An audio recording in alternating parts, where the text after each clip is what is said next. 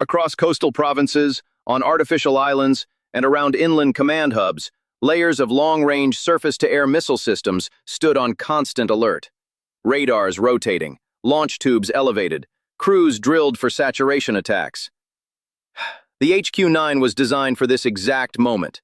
A 125 to 200 kilometer engagement envelope, high-altitude intercept capability, phased array radar guidance, networked tracking across overlapping sectors. On paper, it could deny airspace to any bomber force approaching the mainland.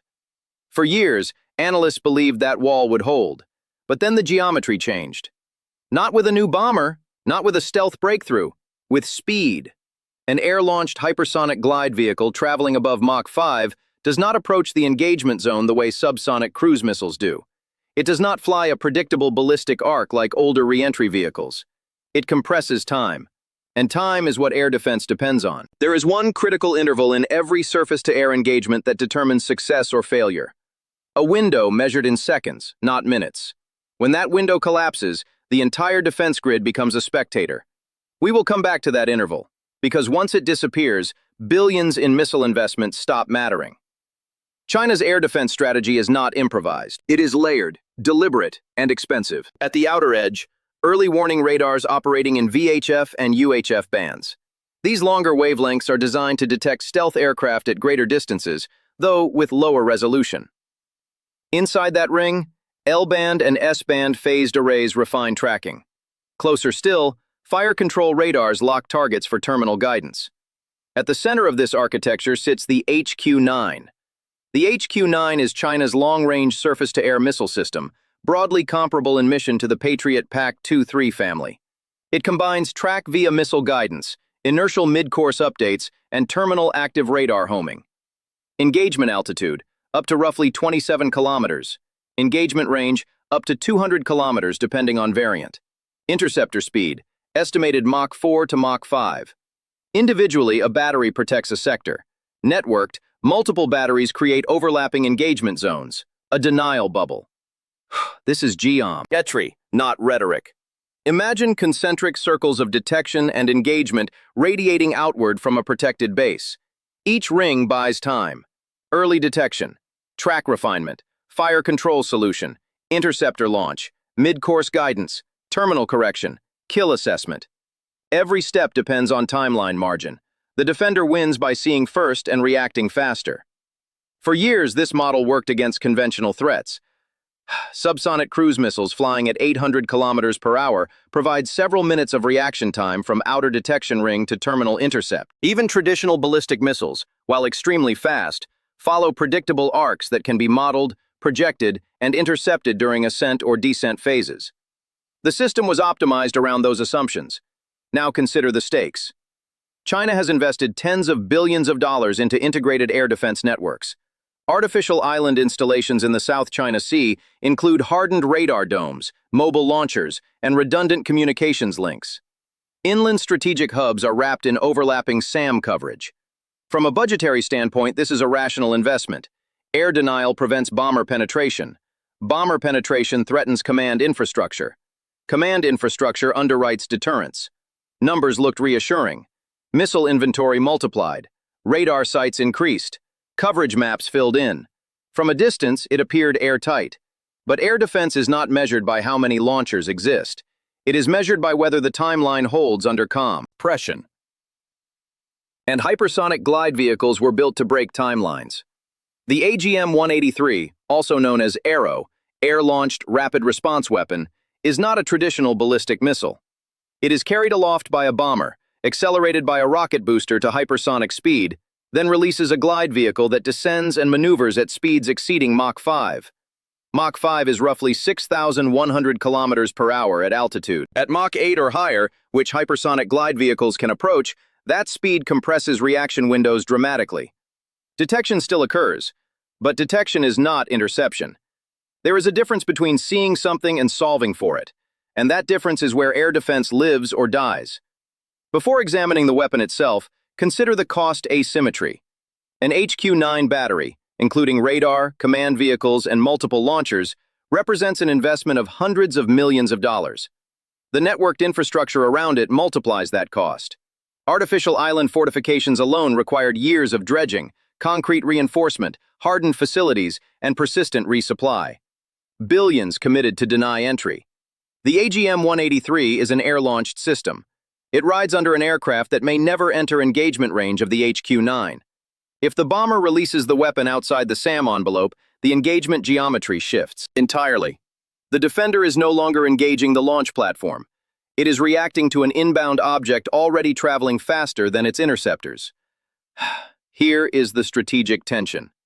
If the hypersonic vehicle arrives too fast for the HQ-9 engagement sequence to complete, the denial bubble collapses from within.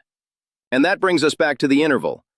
The one phase in every SAM engagement that cannot be rushed without risking a miss. That interval is measured in seconds, and hypersonic systems were engineered to steal those seconds away. From Beijing's perspective, the numbers look decisive. A single HQ-9 interceptor travels roughly Mach 4 to Mach 5. With engagement ranges up to 200 kilometers, it creates a protective dome large enough to keep conventional bombers outside lethal radius. Layer multiple batteries, overlap their engagement zones, network them through centralized command. Now the dome becomes a shield wall. If a U.S. bomber approaches at high subsonic speed, roughly 900 kilometers per hour, the radar network detects it hundreds of kilometers out. Even if the aircraft remains outside engagement range, it must eventually launch something. Cruise missiles? They fly low and slow, subsonic, terrain-hugging. They trade speed for stealth. But speed buys the defender time. At 800 to 900 kilometers per hour, a cruise missile needs several minutes to cross even 100 kilometers. That is multiple radar refresh cycles, multiple intercept opportunities, multiple shots if new. Necessary. Ballistic missiles? Fast, but predictable. Their trajectory can be calculated once the boost phase is observed. Fire control systems solve the arc. Interceptors are launched along projected intercept baskets. The HQ-9 was designed for these problem sets. The math supported confidence. Interceptor cost per unit, estimated in the low millions. Battery cost, hundreds of millions. Radar infrastructure, billions across theater. Against traditional threats, the exchange ratio favored the defender. One inbound bomber, several interceptors ready, multiple engagement attempts. Even if one missile misses, a second or third can be fired. Defensive redundancy absorbs uncertainty. From a planning standpoint, this is what air denial is supposed to look like. But here is where the danger hides. Every air defense system assumes a minimum decision interval.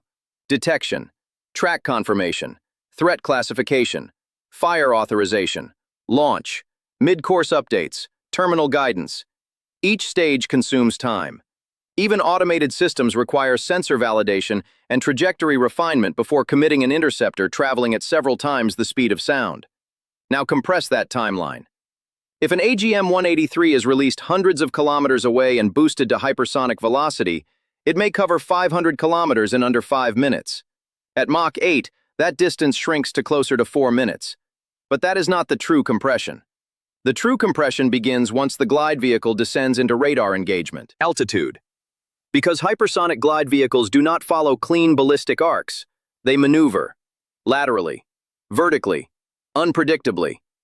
Instead of a stable parabolic path, the vehicle skims the upper atmosphere, adjusting trajectory. That forces radar systems to continuously update tracking solutions. And continuous update consumes processing cycles. Processing cycles consume time. Time is the defender's currency. If the glide vehicle begins terminal maneuvers inside 150 kilometers, the HQ-9 battery may have less than 90 seconds to detect, classify, calculate intercept geometry, launch, and guide. 90 seconds is not generous. It is barely sufficient for one engagement attempt. There is no redundancy, no layered refire opportunity, no recovery from miscalculation. This is where the apparent defender advantage becomes fragile, because air defense is strongest when it can shoot twice. Hypersonic compresses the battle to one shot, and one shot against a maneuvering target at Mach 8 is not a comfortable equation. The radar may see it, but can it predict it? If you were designing the defense grid, would you rely on interceptor speed or sensor resolution to solve that geometry? Drop your tactical call below. The AGM-183 ARRW was not built to outrange surface-to-air missiles. It was built to outrun their process. Air-launched from platforms such as the B-52, The weapon begins outside the HQ-9's engagement envelope. The bomber never needs to penetrate the denial bubble. That alone shifts the exchange rate. The booster stage accelerates the payload to hypersonic speed, above Mach 5, before releasing a glide vehicle designed for atmospheric maneuver. This is not a pure ballistic missile. Ballistic trajectories are predictable because gravity governs most of their motion after boost. A glide vehicle reintroduces lift. Lift allows maneuver. Maneuver breaks prediction. Instead of a clean arc, the glide body rides the edge of the atmosphere, adjusting heading, altering altitude, and reshaping its path. Geometry matters here. An interceptor like the HQ-9 calculates a future intercept point based on current velocity and projected trajectory. If that trajectory shifts mid-course, the intercept basket must be recalculated. At Mach 8, even small lateral maneuvers generate large positional shifts over seconds.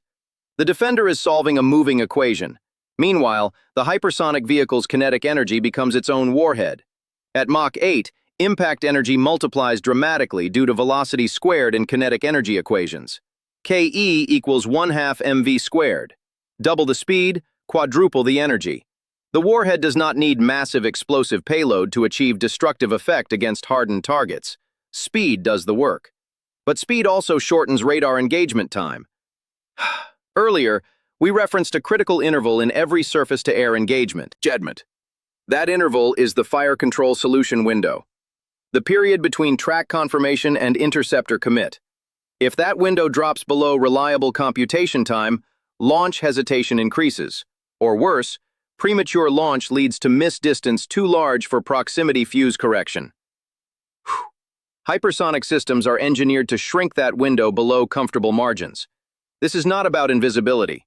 The glide vehicle may be detected, but detection without stable tracking is not actionable. Reassurance is necessary here. The AGM-183 does not operate alone. It functions within a broader network: satellite queuing, airborne ISR platforms, and data fusion architecture that identifies target coordinates before launch. The bomber receives targeting data externally. The weapon launches with pre-fed trajectory planning. This integration matters, because the advantage is not only speed, it is synchronized targeting.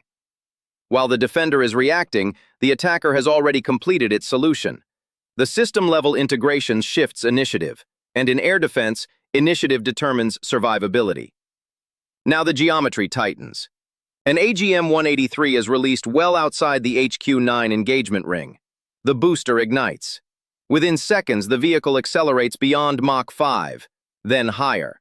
By the time the glide body separates, it is already traveling faster than any interceptor in the defensive network. That speed does not make it invisible. It makes it unforgiving. At high altitude, long-range early warning radar may detect a fast-moving object, but detection at extreme speed produces a problem of resolution. Phased array radar tracks targets by sending pulses and measuring return time and Doppler shift. Update cycles occur in fractions of seconds. Against conventional aircraft, those updates refine a stable path. Against a hypersonic glide vehicle, each update reflects significant positional displacement. At Mach 8, the vehicle covers roughly 2.2 kilometers per second. Every second of tracking delay shifts the intercept geometry by kilometers. Now compress the engagement timeline. Assume detection at 200 kilometers. At Mach 8, time to impact is under 90 seconds. Inside 150 kilometers, that window falls towards 60 seconds.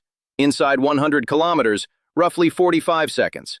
45 seconds must cover track validation, threat classification, fire control computation, launch authorization, missile ignition, mid-course correction. Even automated systems cannot eliminate physics.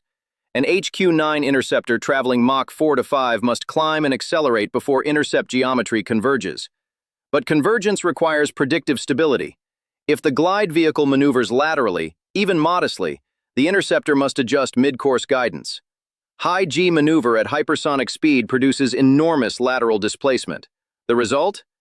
The intercept basket shrinks, and once that basket collapses below feasible geometry, probability O kill drops sharply. This is not theoretical. Air defense relies on lead prediction. You do not aim at where the target is, you aim at where it will be. Hypersonic maneuver erodes confidence in will be. Now examine the cost asymmetry. An HQ-9 battery with radar arrays, launch vehicles, command trucks, and supporting infrastructure. Hundreds of millions. Island fortification networks. Billions. Each interceptor, several $1 million. An AGM-183 round is expensive. Estimates suggest tens of millions per unit. But here is the exchange ratio that matters. One hypersonic weapon potentially neutralizes hardened radar sites, command nodes, or fixed launch infrastructure that required billions to build. And it does so without risking a bomber inside engagement range. That shifts deterrence calculus. Because the defender cannot trade interceptor for interceptor. It must defend fixed assets. The attacker risks only ammunition. Now consider sensor layering. China's radar architecture integrates VHF for early warning, S-band for tracking, and X-band fire control radars for terminal guidance. VHF waves detect stealth better but with coarse resolution. X-band offers precision but limited horizon due to curvature and terrain masking. Hypersonic glide vehicles exploit this layering gap. High-altitude approach limits early VHF accuracy. Terminal descent compresses X-band engagement time. Between layers, there is no comfortable handoff. That is the interval we referenced earlier, the handoff window. The moment when early detection must transition into precise fire control lock. If that window narrows below stable track confirmation, the system hesitates, or fires blind. Neither is optimal. This is not a video game. The HQ-9 is not obsolete metal. It remains effective against aircraft, cruise missiles, and conventional ballistic trajectories. Layered defenses still matter. Electronic warfare can disrupt hypersonic targeting data. Decoys and maneuvering re-entry vehicles complicate offense as well. Atmospheric drag, plasma effects, and heat management challenge hypersonic guidance accuracy. No system is invulnerable. But doctrine matters. The AGM-183 does not attack randomly. It would be employed to degrade the very radar nodes that give the HQ-9 its engagement confidence. Remove fire control radar, blind early warning sectors, target command integration hubs. Once sensor nodes degrade, interceptor effectiveness falls dramatically. This is systems warfare, not missile versus missile, network versus network. And here is where dominance emerges. If the hypersonic weapon consistently reduces engagement time below reliable intercept margins, then the HQ-9's theoretical envelope becomes statistical fiction against that class of threat. The wall still stands, but it cannot close the gate fast enough. Would you allocate hypersonic rounds toward radar suppression first, or hardened launchers? Your assessment determines how this exchange unfolds. China will not ignore this vulnerability. Hardening radar facilities is already standard practice. Redundant radar sites create overlapping coverage. Mobile launchers reduce fixed target exposure. Decentralized command structures limit single-point failure. Additionally, China is developing its own hypersonic intercept concepts, exploring higher-speed interceptors and advanced tracking algorithms designed to predict maneuver envelopes. Artificial intelligence-assisted fire control may reduce human-in-the-loop delays. Over-the-horizon radar systems attempt to extend detection windows. These adaptations matter, because hypersonic advantage is timeline-driven. If detection occurs earlier, engagement windows widen. If interceptor velocity increases beyond Mach 6 or Mach 7, convergence geometry improves. But velocity alone is insufficient. Tracking fidelity is the bottleneck. The faster the target, the higher the required radar refresh rate and processing precision. That demands power, cooling, and resilient sensor infrastructure, which in turn becomes targetable. This becomes an escalation cycle. Speed drives sensor upgrades. Sensor upgrades drive precision strike planning. Precision strike drives hardened redundancy. The exchange is technological, not rhetorical. Reassurance comes from integration. The AGM-183 does not eliminate air defense. It complicates it. Combined with stealth aircraft, cyber disruption, electronic warfare, and space-based targeting, it becomes part of layered offensive doctrine. Air power no longer depends on penetrating with aircraft alone. It can disassemble the denial bubble from range. Even if only a handful of radar nodes are degraded, the confidence margin for intercept shrinks, and air defense without confidence becomes conservative. Conservative fire control increases hesitation. Hesitation increases probability of strike penetration. That psychological compression is strategic leverage. The billions invested in HQ-9 infrastructure still defend against conventional threats. But against maneuvering hypersonic glide vehicles launched beyond engagement range, their effectiveness is conditional, not absolute. And deterrence relies on certainty. When certainty erodes, posture shifts. China's HQ-9 network was never a bluff. It was a disciplined investment in layered denial. Against conventional bombers, against cruise missiles, against predictable ballistic arcs. It still performs those missions, but hypersonic glide vehicles change the exchange rate. They do not destroy the wall outright. They force it to operate under compressed timelines where prediction becomes fragile and redundancy disappears. And air defense without time is air defense under stress. The long-term implication is not that surface-to-air missiles vanish. It is that their confidence margin narrows against certain threat classes. To restore margin, defenders must extend detect, ion range, increase radar resolution, accelerate processing cycles, field faster interceptors, harden and decentralize command nodes. Each step increases cost. Each upgrade requires new infrastructure, power generation, cooling systems, and integration testing. And every new sensor node becomes another potential target. This is the strategic pivot. Hypersonic systems do not guarantee dominance. They impose economic pressure. If one side can threaten billion-dollar defensive networks with air-launched weapons deployed from outside engagement range, the defender must overinvest to restore equilibrium. Overinvestment shifts budget priorities. Budget shifts reshape doctrine. Doctrine reshapes posture. The contest becomes one of industrial endurance and systems integration depth. And that is where long-term advantage is decided. Because the AGM-183 is not a standalone symbol. It represents a broader direction. Speed as compression. Compression as leverage. Leverage as deterrence. Future air warfare will not be decided by platform count alone. It will be decided by which side can compress the other's decision cycle below functional limits. If detection to intercept intervals shrink below reliable thresholds, missile batteries become reactive instead of decisive. And reactive systems do not shape battles, they absorb them. The United States is betting that timeline dominance, supported by satellite queuing, digital targeting, and networked strike architecture, can outpace static defensive grids. China is betting that layered density and sensor evolution can restore balance. The outcome will not be emotional. It will be mathematical.